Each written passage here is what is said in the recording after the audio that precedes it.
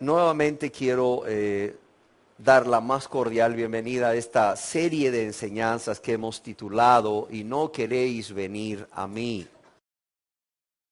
El día de hoy yo quisiera compartir la segunda parte de esta serie, invitándoles a que juntos leamos en la Biblia, en la palabra de Dios, en el Evangelio según San Juan, capítulo 5, verso 39 y 40, las palabras de nuestro Señor Jesucristo. Y es nuestro Señor y Salvador Jesucristo quien dice así: escudriñad las Escrituras, porque a vosotros os parece que en ellas tenéis la vida eterna, y ellas son las que dan testimonio de mí. Y no queréis venir a mí para que tengáis vida. Decíamos que también esta primera parte de este verso, en especial esta primera palabra, puede traducirse como escudriñáis, dando por hecho que los judíos escudriñaban las Escrituras. De modo que podemos leer escudriñad las Escrituras o escudriñáis las Escrituras. ¿Por qué? Porque a vosotros os parece que en ellas tenéis la vida eterna y ellas son las que dan testimonio de mí. Pero miren lo que dice Jesús en el verso 40, dice: y no queréis venir a mí. Y no queréis venir a mí para que tengáis vida. En nuestra enseñanza anterior, de la cual quisiera hacer un breve resumen en vista de este lapso de tiempo entre una y otra enseñanza, compartíamos acerca de una serie de verdades que podíamos encontrar en estos dos versos del Evangelio según San Juan. Hablábamos específicamente de 6 verdades. Sin embargo, decíamos que nos íbamos a centrar en la última verdad, que es: y no queréis venir a mí. En esa verdad de cómo estas personas que creían en Dios, que creían que la Biblia era palabra de Dios y que escudriñaban la Biblia, ¿verdad?, buscando las señales o de cuándo sería la venida de ese anhelado Mesías o cuáles serían las características que identificarían a ese anhelado Mesías cuando vinieran. Estas personas, cuando vino este anhelado Mesías, haciendo todas las señales que Dios a través de los profetas había señalado, no quisieron venir a Él para tener vida. Y decíamos que habíamos dejado esta última verdad. ¿Por qué razón? Porque deseaba que meditáramos en primer lugar el dolor, óigase bien, el dolor que seguramente había en el corazón de nuestro Señor y Salvador Jesucristo al pronunciar estas palabras. Y en segundo lugar, ¿por qué razón? Porque la razón por la cual estas personas no venían a Jesús era porque no querían. Decíamos que era importante notar que el Señor Jesucristo no les dice: no podéis venir a mí, como si ellos realmente quisiesen venir, pero hubiese algo que les estuviese impidiendo el hacerlo. No, Jesús dice: y no queréis venir a mí. Decíamos que una versión de la Biblia lo traduce así: sin embargo, ustedes se niegan a venir a mí para recibir esa vida. Y yo quiero decirles que la palabra en griego para no desear venir, la palabra en griego telos, que significa desear, significa un deseo intenso. En otras palabras, estas personas tenían un deseo muy fuerte, un deseo intenso, óigalo bien, de no venir a Jesús. Además de ser un deseo intenso, decíamos que es un acto consciente y es un acto voluntario. Es un acto a través del cual se escoge o se prefiere de manera obstinada y como un fuerte deseo no venir a Jesús. Es más, yo quiero decirles que estas personas no eran pobrecitos como muchos piensan. Estas personas sabían muy bien, como millones de personas hoy en día que no quieren venir a Jesús para tener vida eterna, saben muy bien, estas personas sabían muy bien, oiga bien, lo que estaban haciendo. Claro que sí. Ellos podían haber creído, ellos podían haber confiado en Jesús como su Señor y Salvador, como el Mesías esperado para el perdón de todos sus pecados, claro. Pero también ellos podían haber rechazado al Mesías para condenación eterna, y esto último fue lo que hicieron. Decíamos que aquí en este verso 40, Jesús va a la raíz de la actitud hostil de estos judíos contra él. ¿Y cuál es la raíz? Que ellos no querían venir a él. De modo que, como comentaba Matthew Henry, las personas no se condenan por falta de luz, sino por falta de voluntad. Las personas no se condenan por falta de luz, sino por falta de voluntad. ¿Por qué razón? Porque la verdadera razón por la cual las personas no reciben a Jesús como el Señor y Salvador de sus vidas no es porque no puedan comprender el Evangelio, no es porque no puedan comprender las buenas nuevas de salvación o que encuentren imposible creer en Jesús, ya que déjenme decirles que no hay nada en el Señor Jesús que nos haga verdaderamente dudar de Él.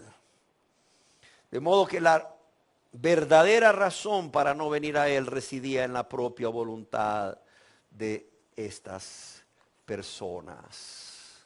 Decíamos en nuestra enseñanza anterior que si el rechazar al Señor y Salvador Jesucristo, al no querer venir a Él, es un acto voluntario, es un acto consciente que se hace de manera deliberada y de manera obstinada, entonces, ¿cuáles son las razones? ¿Cuáles son las razones de por qué los seres humanos, teniendo conocimiento de Jesucristo como el Mesías, el Cristo, el Salvador, el único y suficiente Salvador, no quieren venir a Él? Y hablábamos de 5 razones, ¿se acuerdan? Hablábamos de 5 razones. Decíamos que la primera razón por la cual no quieren venir a Él es rebeldía contra Dios. O bien puede llamársele un estado de permanente oposición, un estado de permanente oposición a la voz de Dios. ¿Por qué razón? Porque aunque estas personas hace 2000 años y hoy en día, ¿verdad? Estas personas creían que las Sagradas Escrituras o el Antiguo Testamento en ese entonces provenía de Dios. Sin embargo, ellos voluntariamente y conscientemente no permitían que esta palabra penetrase en sus corazones, siendo sus corazones el centro de sus pensamientos y del centro de su voluntad. Decíamos que la segunda razón por la cual no vienen a Jesús es porque estas personas no aman a Dios. Óigalo bien, no aman a Dios. Lo que estoy diciendo es grave, sí, es grave, pero es la realidad. No solamente son rebeldes, no solamente en su corazón hay una oposición continua que penetra la palabra, sino que no aman a Dios. Y es mi deber decirles estas verdades, aunque duelan a muchos, aunque molesten, aunque incomoden. No aman a Dios. ¿Y por qué decimos que no aman a Dios? Y cuando hablamos de no amar a Dios es que estas personas no aman a Dios porque no han recibido o porque no quieren recibir a aquel a quien Dios ha amado.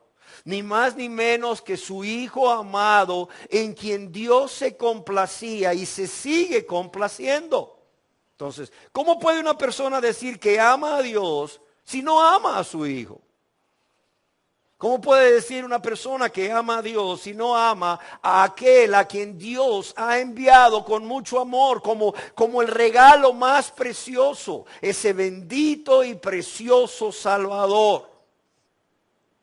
Decíamos que la tercera razón es porque estas personas, tristemente, están más interesados en la aprobación de sus semejantes que en la aprobación de Dios. Les importa más lo que la gente vaya a pensar de ellos si se convierten a Dios, renunciando a todo lo que Dios demanda que renuncien, que lo que Dios realmente piensa de ellos. Estas personas prefirieron perder sus almas. Qué triste. Prefirieron perder sus almas que perder la buena reputación de las personas que estaban alrededor, de las personas que también eran miembros de esa religión como es el judaísmo. Prefirieron perder sus almas a qué iban a decir de ellos y quizás a el menosprecio que iban a recibir de ellos. Decíamos que una cuarta razón es que las personas no quieren venir a Jesús porque también tristemente aman más las tinieblas que la luz. No solo no aman a Dios, no solo no aman a Jesús, aman más las tinieblas que la luz. ¿Y quién es la luz? Decíamos que es Jesucristo. Él afirmó ser la luz del mundo. Yo soy la luz del mundo, dice él allá para los que les gusta anotar en Juan 8:12. Ahora bien, ¿qué representan las tinieblas? Representan el pecado en la vida de la persona. Representan la maldad del ser humano y de este mundo. Las tinieblas también representan ese estado espiritual en que se encuentran todas aquellas personas pecadoras que se resisten a venir a Jesús con un corazón contrito y humillado, confiando en Jesús como su único y suficiente Salvador. Ahora bien, ¿cuál era la quinta y última razón? Decíamos que estas personas no solo aborrecieron la luz y amaron las tinieblas. Estas personas no quieren venir a Jesús. ¿Por qué? Porque no quieren que sus pecados queden al descubierto y sean reprendidos. Cuánto orgullo, cuánta soberbia y cuánta vanidad hay en estas personas, además de los demás pecados que están practicando. Yo quiero decirles que los que aman el pecado, los que aman la maldad, los que aman los deleites temporales del pecado, aborrecen la luz. ¿Por qué? Porque la luz expone la pecaminosidad que hay en sus corazones. Y es que decíamos, nuestro Señor Jesús no solo es el Salvador del mundo, óigalo bien, no solo es el Salvador del mundo, sino que también Él es la luz que escudriña todos los corazones. Y cuando venimos a Él para ser salvos, cuando venimos a Él para tener ese perdón de todos nuestros pecados, para tener vida eterna, no podemos evitar, óigase bien, no podemos evitar que el que escudriña los corazones, escudriñe nuestro corazón. Y vea lo que hay en nuestro corazón y reprenda o nos confronte con ese pecado, con esa maldad que hay en nuestro corazón.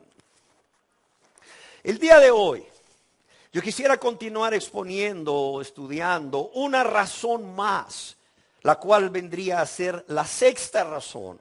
Una razón más por la cual las personas no quieren venir a Jesús para tener vida eterna.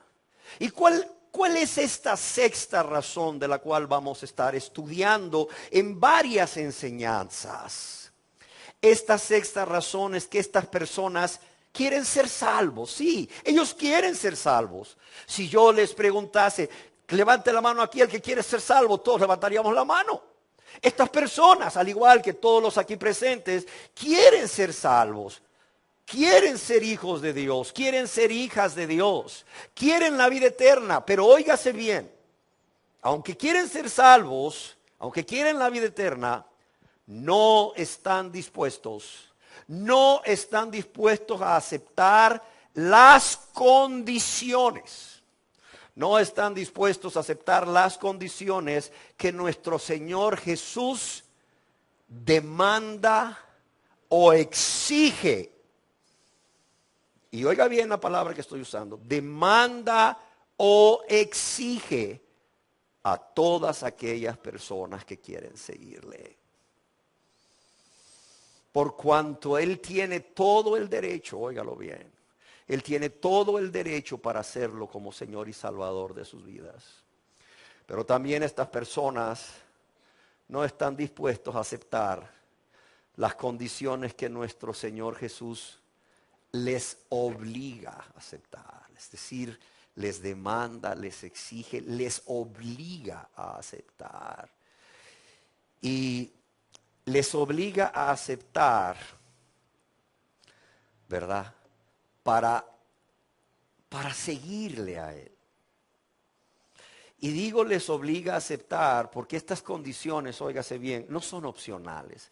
Es decir, no son una opción, no es algo que tú dices, bueno, yo ya recibí a Jesús, pero la verdad es que no quiero ser su discípulo, por tanto, no voy a aceptar esas condiciones que Él exige o que Él me quiere imponer a mí, una persona que ya aceptó a Jesús como su Salvador, para seguirle a Él, para ser su discípulo. No. Eso no existe, eso no es opcional.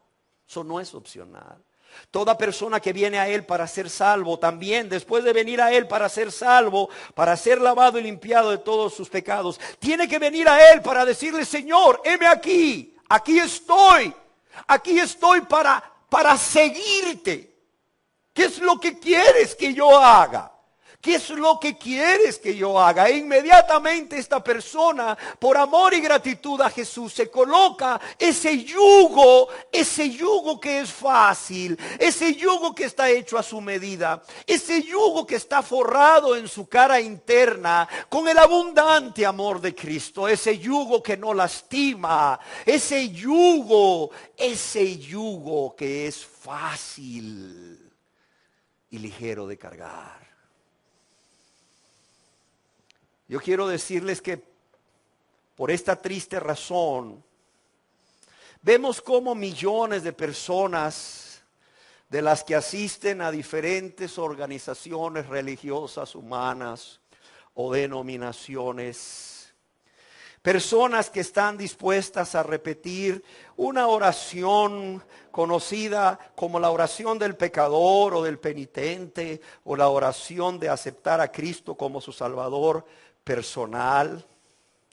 Estas mismas personas, cuando son expuestas a la palabra de Dios, estas mismas personas, cuando son expuestas a las enseñanzas de nuestro Señor Jesucristo, estas mismas personas, cuando escuchan las enseñanzas de lo que nuestro Señor Jesucristo mismo dijo que significaba ser verdaderamente seguirle, estas personas cambian de opinión, cambian radicalmente de opinión. Es más, cambian de opinión y se echan para atrás, demostrando que nunca tuvieron esa fe bíblica en Jesús.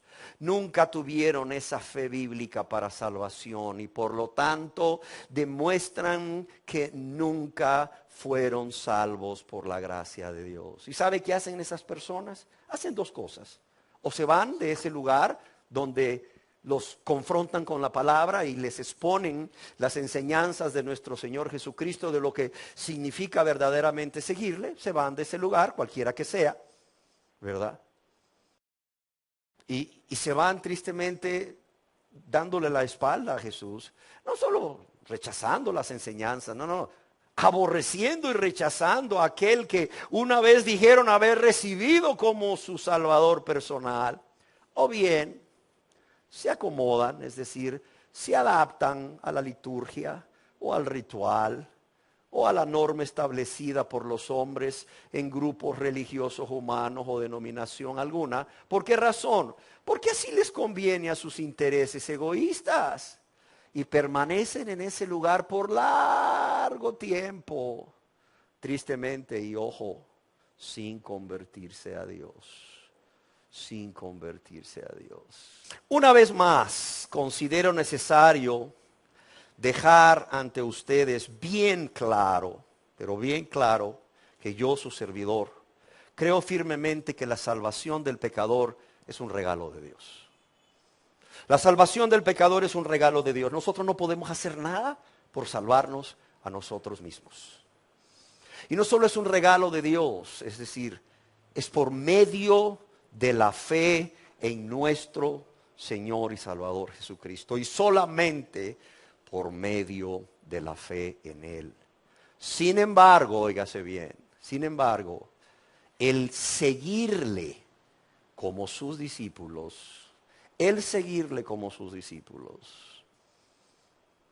es lo que Dios espera. Óigalo bien, es lo que Dios espera de toda persona que ha sido salvada por su gracia. De toda persona que realmente ha nacido de nuevo, de toda persona que es un verdadero cristiano, que es una verdadera cristiana. Más bien, ¿por qué razón?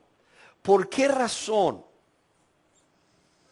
el seguirle como sus discípulos es lo que Dios espera de toda persona que ha sido salvada por su gracia, que ha nacido de nuevo y que es un verdadero cristiano?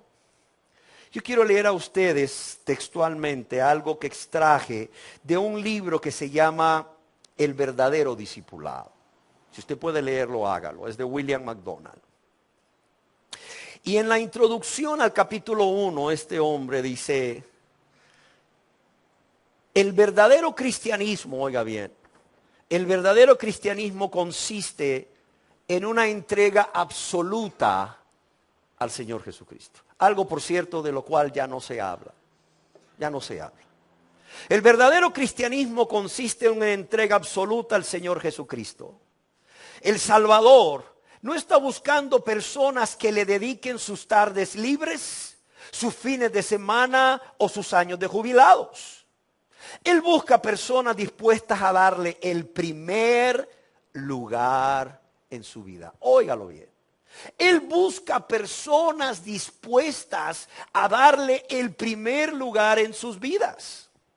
Él busca, y siempre ha sido así, no multitudes que van a la deriva y sin propósito en su senda, sino hombres y mujeres que individual y espontáneamente se consagran a Él, se consagran a su servicio, por haber reconocido que Él necesita personas dispuestas a seguir en el sendero de la negación personal. ¿Por qué? Porque Él caminó el camino de la negación primero. Por tanto, dice MacDonald, la única respuesta adecuada al sacrificio de Cristo en el Calvario, óigalo bien, la única respuesta adecuada al sacrificio de Cristo en el Calvario es ¿cuál?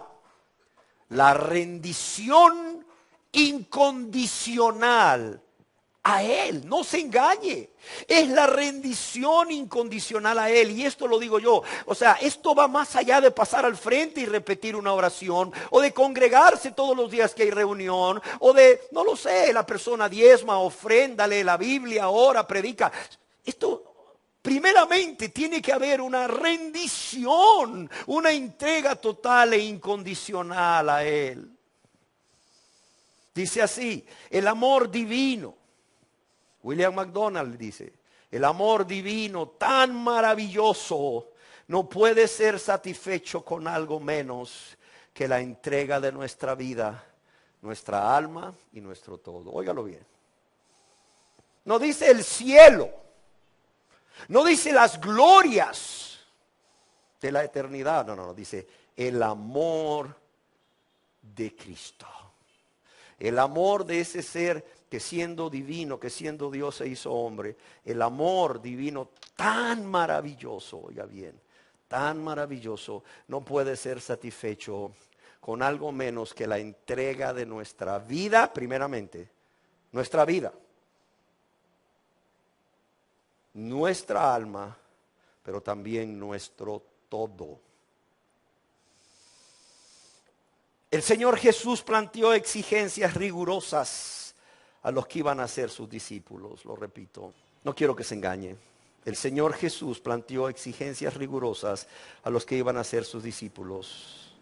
Demandas que han sido totalmente olvidadas en estos días de vida materialista y egoísta. Oiga lo que escribe este hombre.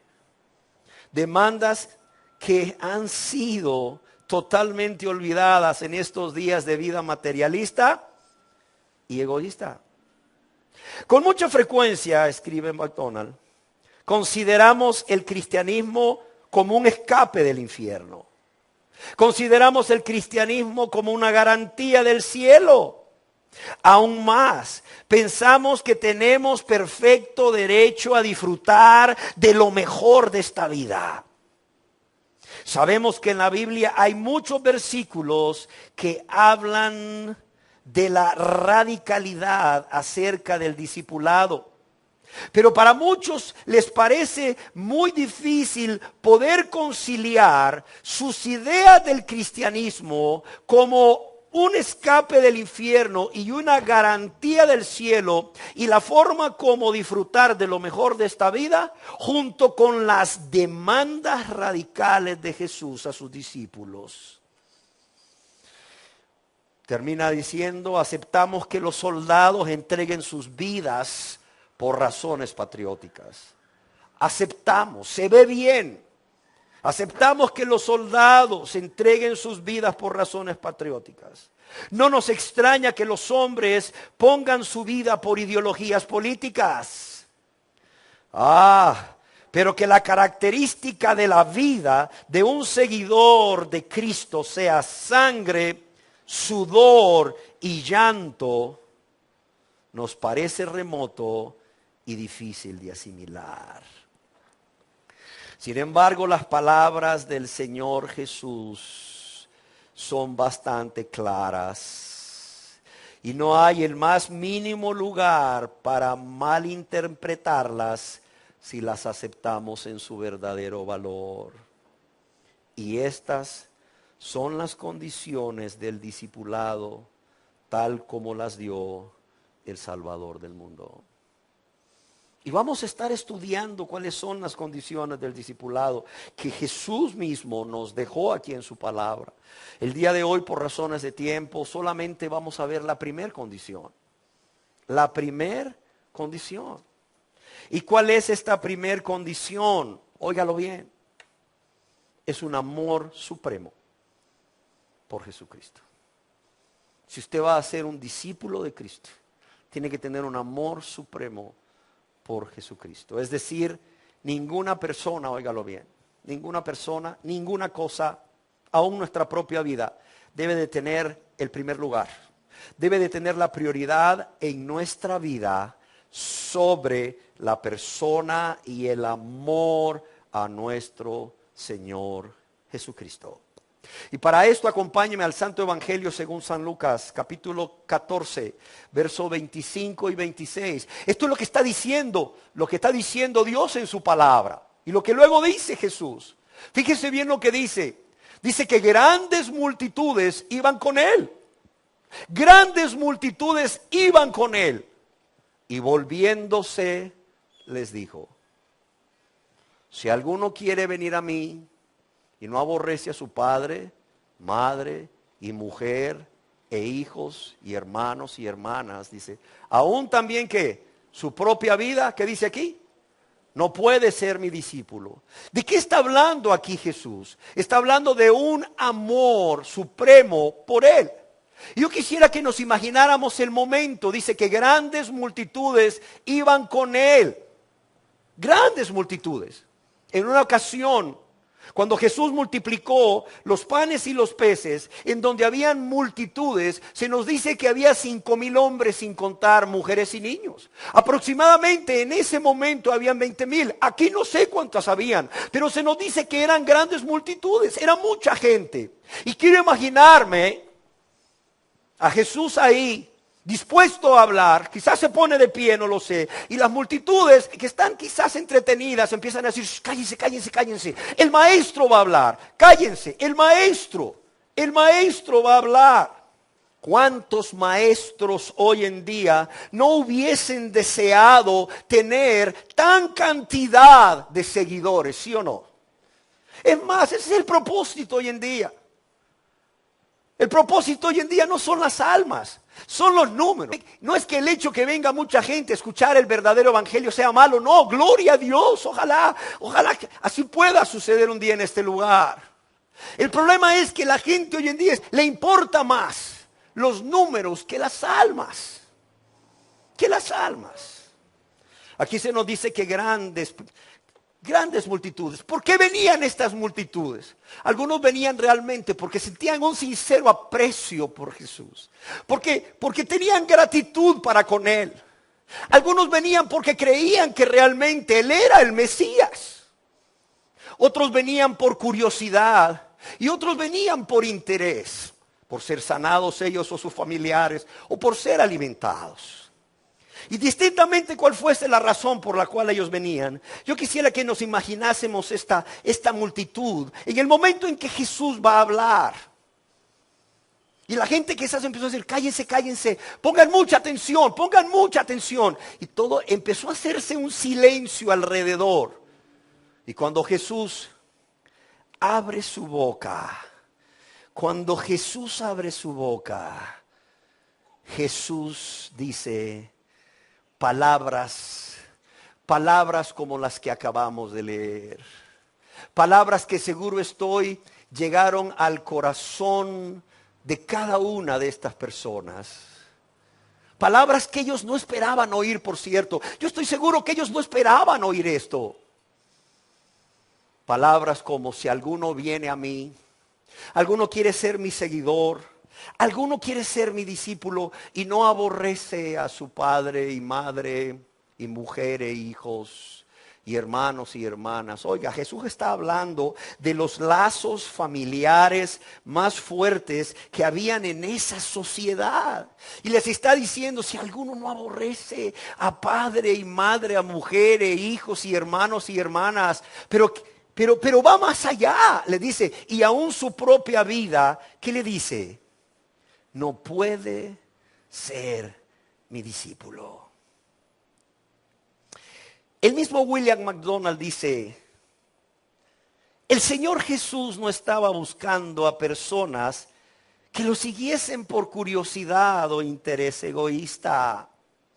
Él estaba buscando a los que estuviesen dispuestos a vivir una vida devota y apasionada por Él, incluso a morir por Él si esto era necesario. Y de esta manera, dice William MacDonald, el Señor Jesús comenzó a cribar, comenzó a seleccionar, comenzó a separar a la multitud. ¿Cómo? Presentándoles las exigentes condiciones del discipulado, de ser seguidores de Cristo.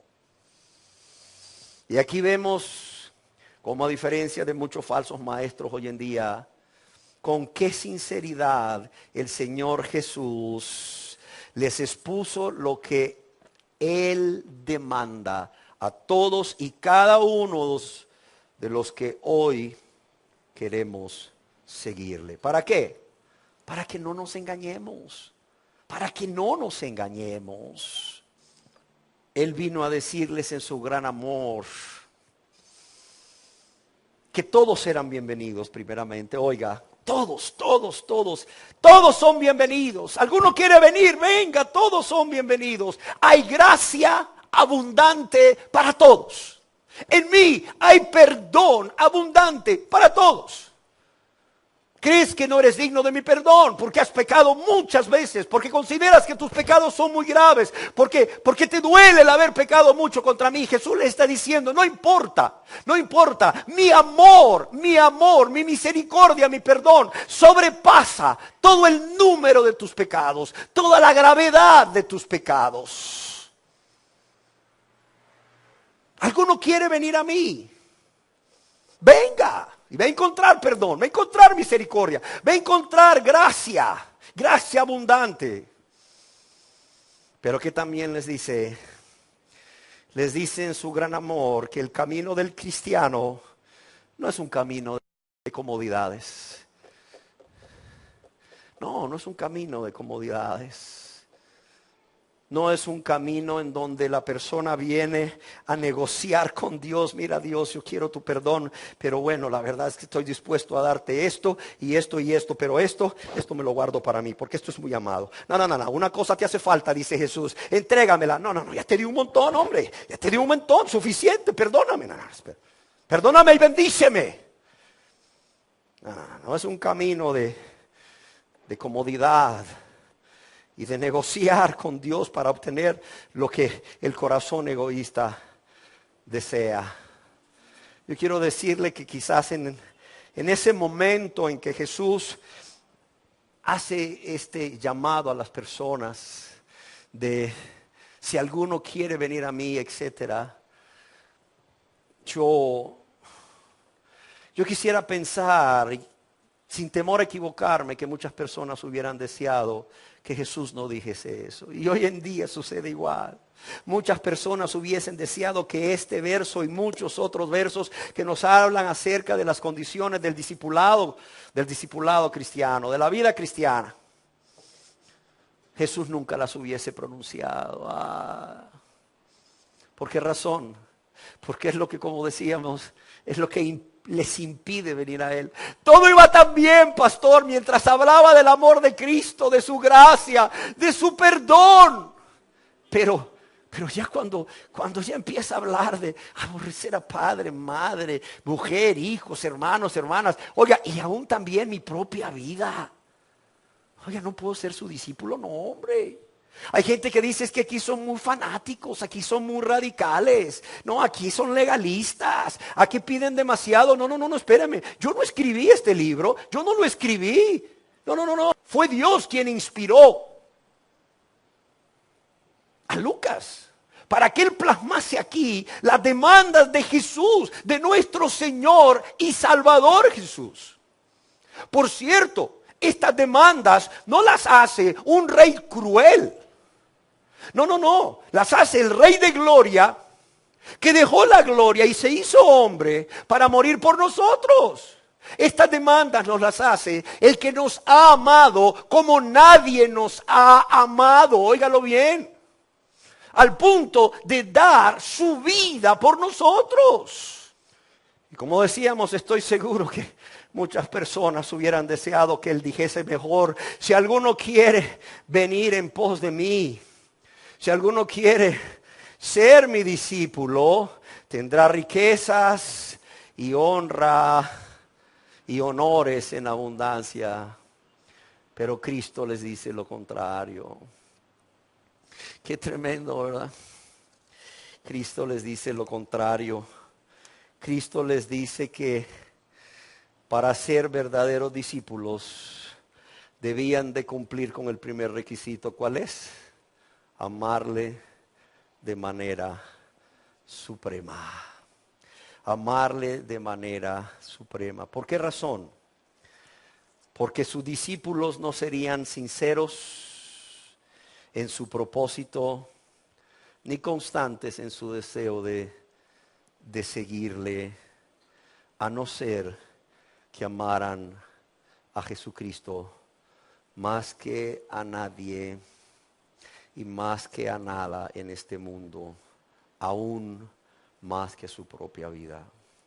Y quiero aclarar que cuando Jesús pone como primera condición un amor supremo por Él y nos dice: si alguno quiere venir a mí y no aborrece, aquí el Señor Jesús no está hablando de crear un odio contra estos seres queridos o rechazarlos. No. ¿Por qué? Porque Él mismo se estaría contradiciendo.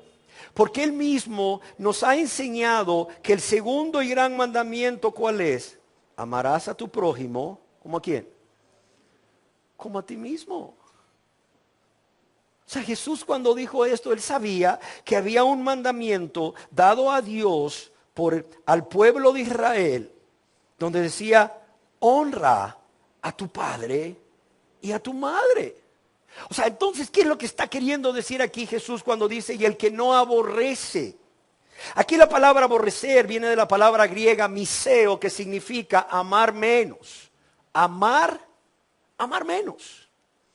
De modo que este texto que leemos aquí en el Evangelio según San Lucas bien podría leerse Si alguno viene a mí y no está dispuesto a amar menos a padre y madre, a mujer e hijos, hermanos y hermanas, y aún su propia vida, no puede ser mi discípulo. No puede ser mi discípulo. Ahora, ¿por qué razón Jesús está diciendo esto? ¿Por qué Jesús nos está pidiendo un amor supremo hacia Él por encima de estas personas que Él escoge a propósito? Porque en ese entonces estas personas eran las personas más amadas de manera natural para cualquier judío. Y quizás hoy en día también siguen siendo las personas más amadas de manera natural para cualquiera de nosotros que está aquí. Porque Él sabía que siempre que una persona se hace seguidor de Jesucristo, los primeros que se van a levantar en contra de la decisión que esa persona ha tomado, ¿quiénes son? Los de su propia casa. Porque los enemigos del hombre serán ¿quiénes? Los de su propia casa. Así de sencillo. Y así vamos a encontrar como un padre convertido o una madre convertida se va a encontrar con un hijo o un hijo inconverso que se opone a que ese padre o esa madre vivan una vida recta, una vida justa, una vida santa, agradable a Dios. Y ya no compartan con ellos, ¿verdad?, los deleites temporales del pecado y todas aquellas actividades mundanas que Satanás ha diseñado, no para que la gente se salve, no para que las personas sean más espirituales, sino por el contrario, para que pierdan su primer amor, para que entren en una tibieza y luego terminen en una apostasía. Amén. El Señor Jesús sabía que cuando una suegra nace de nuevo va a ser aborrecida por su nuera que no ha sido regenerada.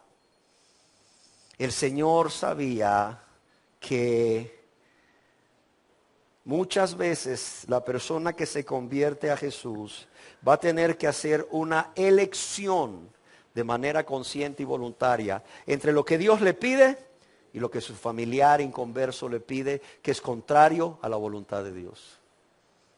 Va a tener que hacer una elección entre amar a Dios con todo su corazón, su alma, su mente y sus fuerzas, y amar a esa persona, padre, madre, esposo, esposa, hijo o hija, hermano, hermana, que le está demandando que le ame de la misma manera como Dios le demanda que le ame. Cuando solamente uno de los dos puede ser amado, y ese uno es Jesucristo. No es ese familiar. El orden divino de los mandamientos, ¿cuál es? El primer y gran mandamiento es: amarás al Señor tu Dios con todo tu corazón, con toda tu alma, con toda tu mente y con toda tu fuerza. ¿Sí o no? ¿Y cuál es el segundo gran mandamiento? ¿Amarás a quién? Tu prójimo como a ti mismo. Pero muchas personas inconversas sienten ese celo pecaminoso cuando ven que su ser querido está amando a Dios con todo su corazón, su alma, su mente y sus fuerzas. Amor que, por cierto, antes, de manera errónea, de manera equivocada, le estaba dando a él o a ella, sea esposo o esposa, padre o madre, hijo o hija, hermano o hermana. Entonces la persona demanda, la persona resiente eso y dice: ya no me quieres. Manipula, chantajea, exige, demanda. Y el cristiano tiene que tomar una decisión. Y esa decisión es una sola: el amor supremo por nuestro Señor y Salvador Jesucristo. Por esa razón es que Jesús nos dice: primer condición es un amor supremo por Jesucristo. Y no solo sobre personas o cosas. Yo les decía al principio que Jesús va más allá. Jesús dice: aún también su propia vida. Yo quiero leer lo que dice William MacDonald. Este es un sermón prestado, básicamente, en parte. Dice William MacDonald, dice: en la realidad, la parte más difícil de este primer enunciado o de esta primera condición del discipulado se encuentra en las palabras: y aún también su propia vida. ¿Por qué? Porque no se trata solamente de amar menos a nuestros seres queridos, sean familiares o amigos, sino que se trata también de aborrecernos a nosotros mismos, de amarnos menos a nosotros mismos, amar menos nuestra propia vida. ¿Y cómo se manifiesta esto en la vida práctica? Porque luego muchos dirán, sí, tenemos que amarnos menos a nosotros mismos también. Sí. ¿Cómo se manifiesta en la vida diaria? Bueno, en lugar de vivir vidas egoístas o egocéntricas, hemos de vivir vidas cristocéntricas, centradas en Él, en la persona de Jesús, en sus deseos, en su voluntad, en lo que Él quiere que hagamos. Y decir como aquel hombre de Dios, el apóstol Pablo cuando era Saulo aún, ¿verdad? Señor, ¿qué quieres que yo haga? Esa es una vida cristocéntrica, no es una vida egocéntrica. O una vida que se vive para hacer nuestra voluntad, para vivir para satisfacer los deseos de nuestros ojos, de nuestra carne y la vanagloria de la vida. No, es para vivirla para Cristo. En segundo lugar, en lugar de preguntar cómo nos afectará cada una de nuestras acciones, si deseamos agradar a Jesús, hemos de tener mucho cuidado en valorar cómo afectará a Cristo y a su gloria cada una de nuestras acciones. ¿Sí queda claro? En lugar de decir, es que si yo predico, es que si no comparto con estos esto del mundo, es que si les digo que no, o sea, ¿cómo me va a afectar cada una de estas acciones que yo he decidido tomar para agradar a Dios y hacer su voluntad? No. Es más bien que hemos de tener cuidado en valorar cómo afectará a Cristo y a su gloria cada cosa que nosotros decimos. Óigase bien, cada cosa que nosotros decimos y cada cosa que nosotros hacemos. Hoy en día están enseñando metafísica por cristianismo. Y precisamente hace unos días escuchaba yo a una persona que me decía, no diga eso, es que las palabras tienen poder. Es metafísica, en lugar de cristianismo. Pero las palabras sí tienen poder para herir. Las palabras sí tienen poder para lastimar. O para levantar a alguien. O para hacer que esa persona vea su condición espiritual y su necesidad de un Salvador que es Cristo el Señor y venir a Cristo y ser salvo. No sé si me explico. Por eso cuidado con lo que decimos. Cuidado con lo que decimos. Cuidado con lo que hacemos. Porque no estamos viviendo solos en una isla. Estamos rodeados de personas que están viendo y oyendo lo que decimos y lo que hacemos. En tercer lugar, una vida cristocéntrica consiste en que todas aquellas consideraciones de bienestar personal y de seguridad personal han de quedar en segundo plano o subordinadas a la tarea de glorificar a Dios y darle a conocer a todos. Y nunca olvidemos que las palabras del Señor Jesucristo son absolutas.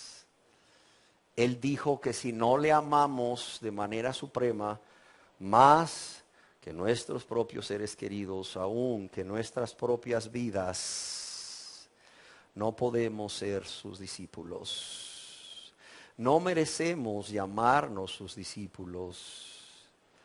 Y yo quiero decirles que con esto Jesús pone un punto y final. Jesús está diciendo, ¿sabes qué? Lo que tú piensas me tiene sin cuidado. Esta es la primera condición para el discipulado. Lo que tú piensas, dice Jesús, tiene realmente sin cuidado.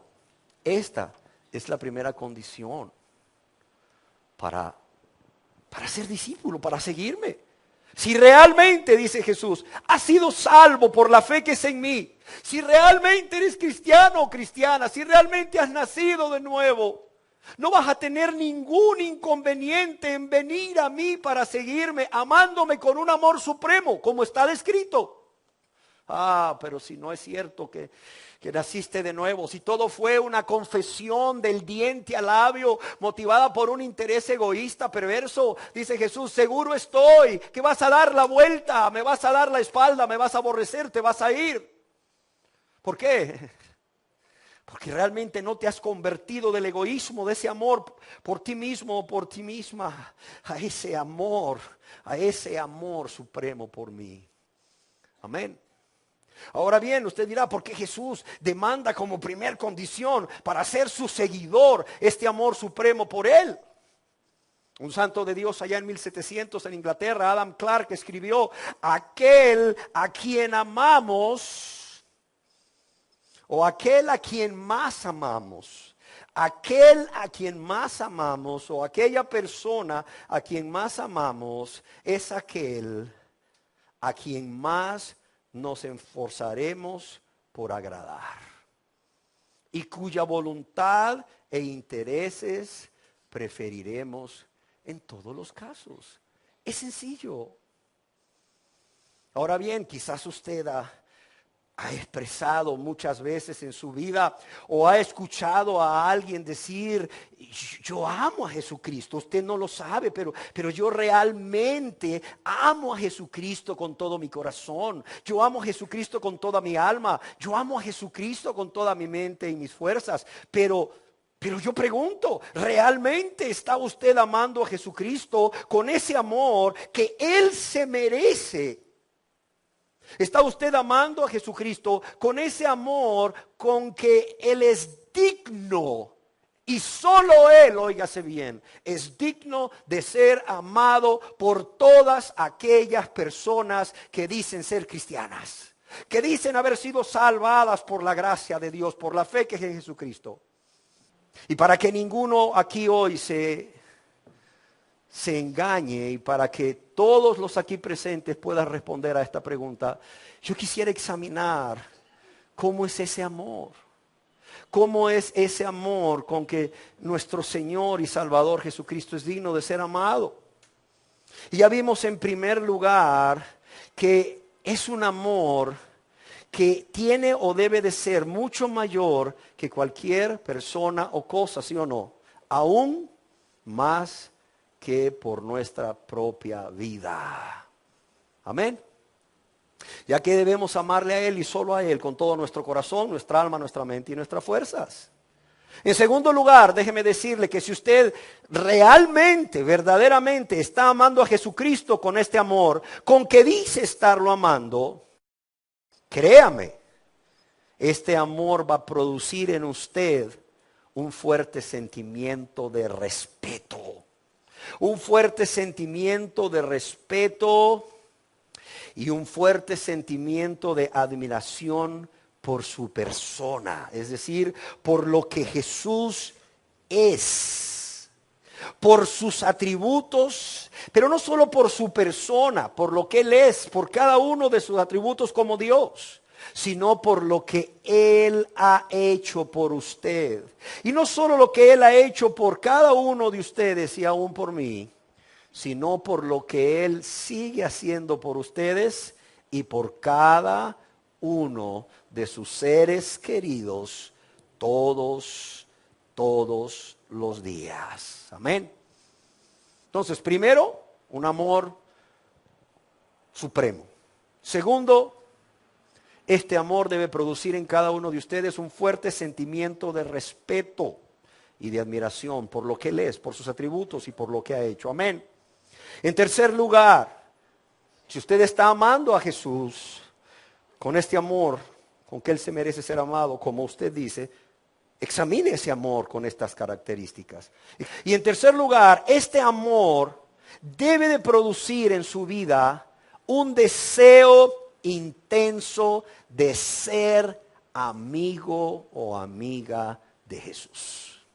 Un deseo intenso que le va a llevar a rechazar a todos y todas las cosas que le puedan impedir venir a la persona de Jesús, para rendirse, oiga bien, para rendirse, para entregarse a Él de manera total, de manera incondicional, por amor y gratitud. ¿Para qué? No solo para que Él sea su Señor y Salvador, sino para que Él también sea su amigo personal. ¿Cuántas veces cantamos: yo tengo un amigo que me amas? ¿La han oído, verdad?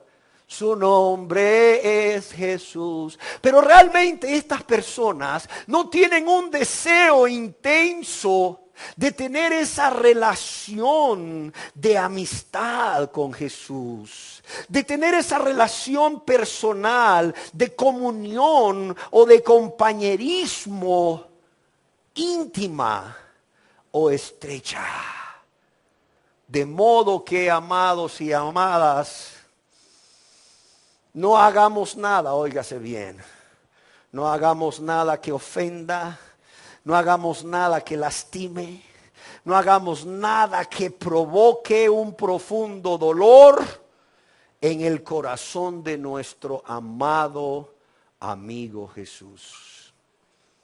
¿Y qué es aquello que lastima, ofende y provoca un profundo dolor en el corazón de nuestro amado amigo Jesús? ¿Qué es ello? Es el pecado. Es el pecado, pero también ese amor que luego las personas tienen por ellos mismos o ellas mismas más que por Dios, y por el mundo y las cosas del mundo más que por Jesucristo. Pero también si realmente tenemos este amor, o tú tienes este amor que te impulsa o que produce un deseo intenso en ti en ser amigo o amiga de Jesús, no solo no vas a hacer nada que le ofenda o le lastime o le provoque un fuerte dolor, sino no vas a permitir, óyelo bien, que cualquier cosa de la vida diaria, que cualquier quehacer de la vida diaria te impida que puedas dedicar ese tiempo de compañerismo, ese tiempo de comunión íntima a solas con Él, a través de apartar un tiempo diario para hablar con Él por medio de la oración, o permitir que Él te hable a través de la lectura, pero no solo la lectura, la meditación de la palabra de Dios. Y por qué no decirlo para los que aún pueden, la memorización de la palabra de Dios. Amén. No permitir que cualquier afán o bien cualquier cosa que sea necesaria para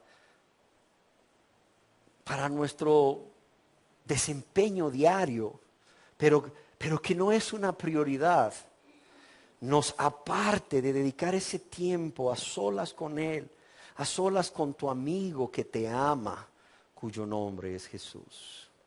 En cuarto lugar, si usted está amando a Jesucristo con este amor con el que Él merece ser amado, yo quiero decirle que este amor, si usted verdaderamente lo tiene, si no está engañado, este amor va a producir en usted un fuerte deseo de permanecer en su amor. En el Evangelio según San Juan, capítulo 15, verso 9, leemos al respecto. Dice, como el Padre me ha amado, así también, ¿qué dice aquí? Yo os he amado. ¿Y qué dice Jesús? Y esto se lo dice a sus discípulos. Esto no se lo dice a personas que realmente no son cristianas. Les dice, como el Padre me ha amado, así también yo os he amado. ¿Y qué les dice? Permaneced en ¿qué? En mi amor. Si usted tiene ese amor por Cristo, ese amor le va a llevar a permanecer en ¿qué? A permanecer en su amor. ¿Y qué significa permanecer en el amor que Jesús tiene por nosotros? Alguien escribió, permanecer en su amor significa no dejar de creer en ningún momento que Él nos ama. Permanecer en su amor significa no dejar de creer en ningún momento que Él nos ama. Amados, la persona que realmente está amando a Jesucristo con el amor que Él se merece, estará siempre consciente, por tanto, estará siempre consciente del infinito amor de Jesús para con él o para con ella. Ya que si Jesucristo le amó siendo aún un pecador, siendo aún una pecadora egoísta, rebelde, ingrata, insensible, ¿cuánto más, oiga bien, no le amará ahora que esta persona, que este hombre o esta mujer le pertenecen? ¿Cuánto más no lo amará? Y la persona va a estar consciente siempre del infinito amor de Jesús para con él o con ella, óigalo bien, aunque aunque las circunstancias de la vida en ese momento no sean agradables a su carne, no sean agradables a su yo, porque está viviendo algo quizás doloroso. Aunque no entienda el por qué está viviendo estas cosas, aunque no entienda realmente por qué Dios las permite. Cosas como pruebas o persecuciones o enfermedades o pobrezas o injusticias que producen a su vida tribulación, aflicción o angustia. Y mira, algo más, la persona que permanece en su amor, la persona que no deja de creer en ningún momento que Jesús le ama, lo va a hacer no solo aunque las circunstancias de la vida sean adversas y no entienda por qué Dios lo permite. Lo va a hacer aunque Satanás venga a decirle ahí al oído, a susurrarle al oído: mira lo que estás pasando, mira lo que estás viviendo. Y aún así crees que Jesús te ama. No, ya olvídate de eso. Él no te ama, Él no te ama. No te ama, te ha dejado solo, te ha dejado abandonado. ¿Por qué? Porque si Él te amara, no estarías en esta terrible situación. Olvidando Satanás, por cierto, y espero que los cristianos no lo olviden, los verdaderos cristianos, olvidando la promesa que Dios ha hecho a todo cristiano a través del apóstol Pablo, a través de su epístola a los romanos. A ver quién se la sabe, Romanos 8:28, ¿qué dice Dios ahí? Y sabemos que a los que aman a Dios, es decir, ¿a quién? A sus discípulos, todas las cosas que dice, les ayudan a bien. En quinto lugar, si usted verdaderamente está amando a Jesucristo con este amor, con que Él merece ser amado, este amor va a producir en usted, dígalo bien, un sentimiento de inmensa gratitud por Él. No solo un sentimiento de amor supremo, sino de inmensa gratitud por Él. ¿Por qué? Porque Él nos amó primero. O bien, porque Él nos amó cuando ni siquiera le amábamos. En la primera epístola universal de San Juan Apóstol, capítulo 4, verso 19, leemos: nosotros le amamos a Él, ¿por qué? Porque Él nos amó primero. Quiero que lo repitan conmigo para que no se nos olvide y que esto genere no solo un sentimiento de amor supremo, sino de gratitud infinita en usted para con Dios, como lo ha hecho conmigo. Leámoslo juntos. Nosotros le amamos a Él. ¿Por qué? Porque Él nos amó primero. Amén.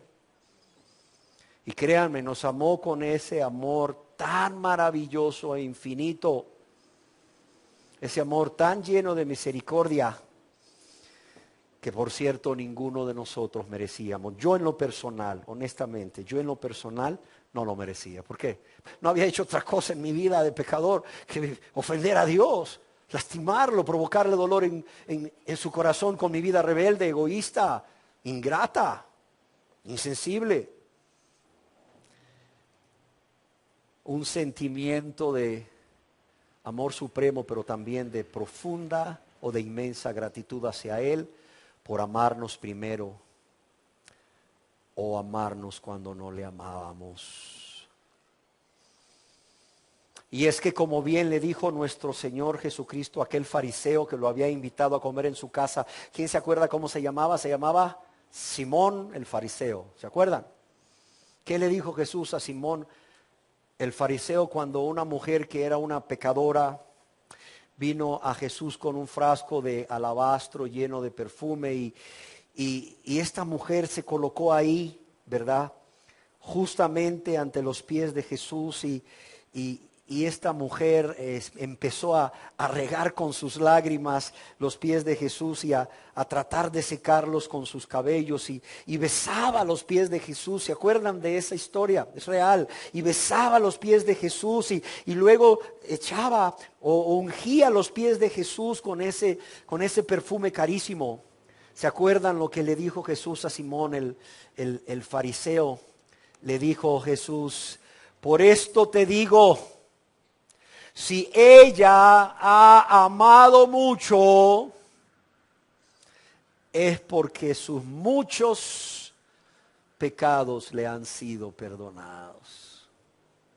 Pero a quien poco se le perdona, poco ama. Y es que este sentimiento de amor, pero también este sentimiento de gratitud, o sea, nace de que Él nos hubiese amado primero. Y no solo nos hubiese amado primero, nos hubiese amado cuando no lo merecíamos. Y nos hubiese amado ¿de qué manera? Dando su vida, ni más ni menos que su vida. Como dice el canto también, Él dio su vida. ¿Qué más pudo hacer? A ver, díganme, Él dio su vida. ¿Qué más pudo hacer? ¿Qué más pudo darnos? Y ese amor nos lleva ¿a qué? A decirle, Señor, ¿cómo no amarte? Y es ese amor el que atrae nuestros corazones para amarle a Él y agradecerle a Él como respuesta a su amor. Y en sexto y último lugar, usted sabrá, querida persona que está aquí, que dice que ama a Cristo, si realmente está amando a Jesucristo con ese amor con que Él es digno de ser amado, si ese amor, óigalo bien, le estimula, si ese amor le impulsa cada día y a cada momento y a cada circunstancia a servirle, cumpliendo con el ministerio al cual usted ha sido llamado por Dios, provocando, óigase bien, fuertes deseos en usted para llevarlo a cabo. Pero no solo este amor le va a estimular y le va a impulsar, provocando fuertes deseos en usted para llevar a cabo ese ministerio, sino que también va a provocar en usted fuertes deseos para hacerlo con excelencia. Para hacerlo con excelencia. Porque no es para el presidente de la República, no es para el rey, no es para el presidente del Congreso, es para el Rey de Reyes, el Señor de Señores, para aquel que le ha amado como nadie le ha amado. Y un ejemplo claro de esto lo vemos en el Santo Evangelio según San Juan, capítulo 21, verso 15 al 17, donde Jesús mismo le dice a Simón Pedro, cuando hubieron comido, Jesús dijo a Simón Pedro, mira lo que le dice, Simón hijo de Jonás, ¿qué le dice? ¿Me amas más que estos? Así le dijo, ¿no? ¿Me amas más que estos? ¿Y qué respondió Simón Pedro? Sí, sí, Señor. Tú sabes que te amo. ¿Y qué le dijo el Señor? ¿Me amas? Haz el ministerio o cumple con el ministerio al que te he llamado. ¿Qué le dijo? Apacienta mis corderos. Y volvió a decirle la segunda vez, Simón, hijo de Jonás, ¿me amas? ¿Me amas? Pedro le respondió, sí, Señor.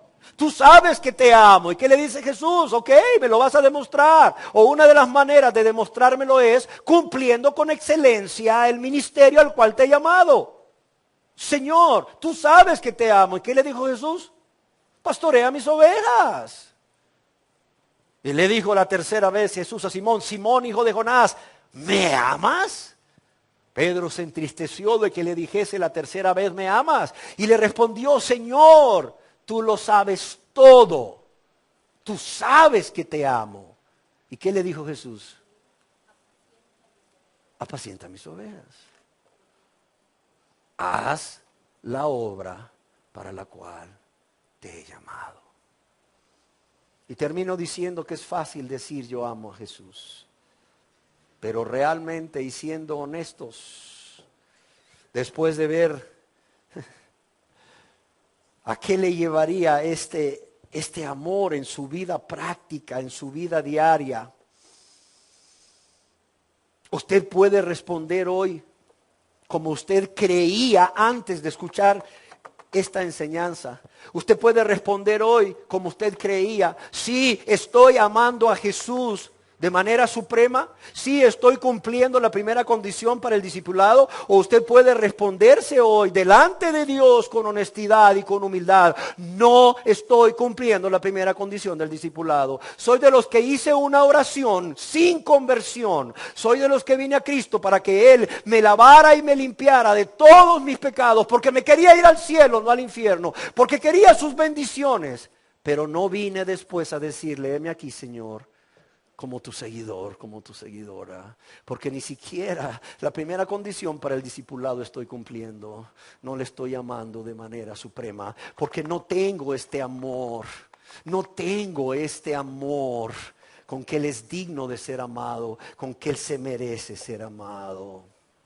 Y querida persona que hoy está aquí, si su respuesta ante Dios es no, no se engañe, no se engañe. Usted no solamente nunca ha amado a Jesucristo, sino una de las razones por las cuales usted no es salvo hoy, no es salva hoy, es porque no ha venido a Jesucristo para ser salvo, para ser salva por la fe que es en Cristo Jesús, o la fe que es en Él, porque usted se ama tanto a usted mismo o a usted misma que no desea amar a Jesús con ese amor supremo que Él demanda a todo aquel o a toda aquella persona que dice que ha sido salvo por la gracia de Dios, que ha sido salvo, que ha sido salva por la fe que es en Cristo Jesús.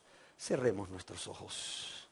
Oh Dios, tú nos has amado tanto y nos has llamado a venir a ti para ser salvos y tener vida eterna por la fe en tu Hijo amado. Sin embargo, son muchas las razones por las cuales los pecadores no quieren venir a ti, Señor. Y así como hace casi 2000 años o más de 2000 años, así hoy, Señor, así hoy se sigue cumpliendo esta realidad, esta dolorosa realidad, que no quieren venir a ti. Yo te suplico, Dios, yo te ruego, Dios, en el nombre de Jesús, que quites el engaño de las vidas de estas personas y que puedan ser humildes para reconocer